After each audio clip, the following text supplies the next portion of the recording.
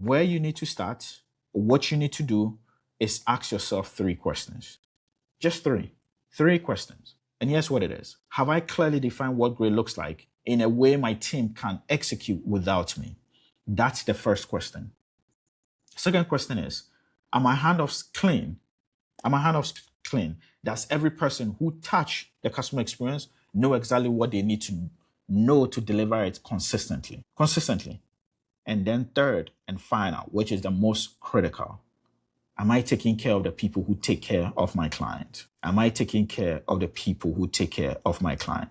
And if the answer to any of this is a no, you have found your bottleneck, but most importantly, your retention leak as a business.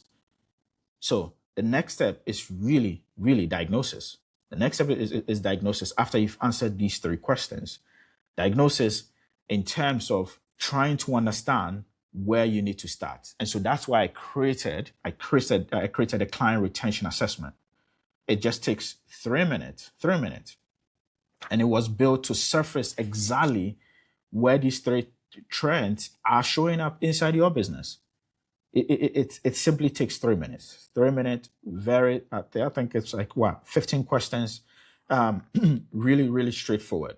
And here's the thing, not only does it take three minutes, you get a customized score and a clear direction on what to fix. Critical on what to fix. It's free. I'll leave it in the description below. If you're watching I'll put it in the description below. And I will highly encourage you to take it before your next meeting. Highly encourage it. Because oftentimes what I hear is, well, okay, I know what it is. I just need to tell them and they'll do it. No, you don't need to tell them, right? Like, you have to understand where the leaks are, where the opportunities are to improve. And then you go ahead and build a system. But you cannot build it. And that's why tools and trainings cannot fix what a system should. And here's why. Oftentimes you hear this and it's like, oh, we need to train more people. Oh, we need to just buy them that new software. Oh, we need to take them to that seminar. We need to take them to that training. We need to take them to that conference. Look, I did all that and it didn't work, right? We were going to conferences, we were going to seminars. And do you know a secret? All these conferences and seminars, or the whole point is to teach you the why and the what with the idea and goal that you come by the how from them.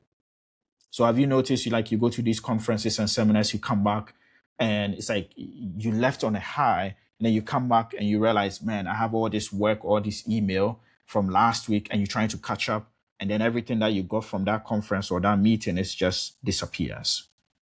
It's not because you are bad or you didn't learn anything. It's because they didn't give you a real direction of what to do. You don't know where to start. Yeah, you got some great ideas, but do you even know if you're implementing them in the right order, in the right way, in the right system, right? And that's why personally, I don't like courses. I don't like courses for one reason. It lacks context. It lacks your context. It's just someone sitting there and talking at you on a pre-recorded video. What if you have questions in a moment?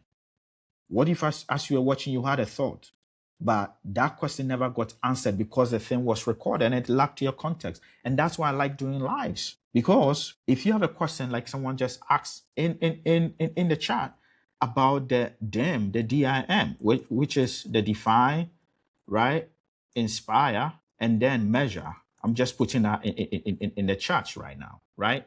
That is key. They got their question answered in the moment. There's far more value in that than just watching a training or watching a course. That was my rant for the day.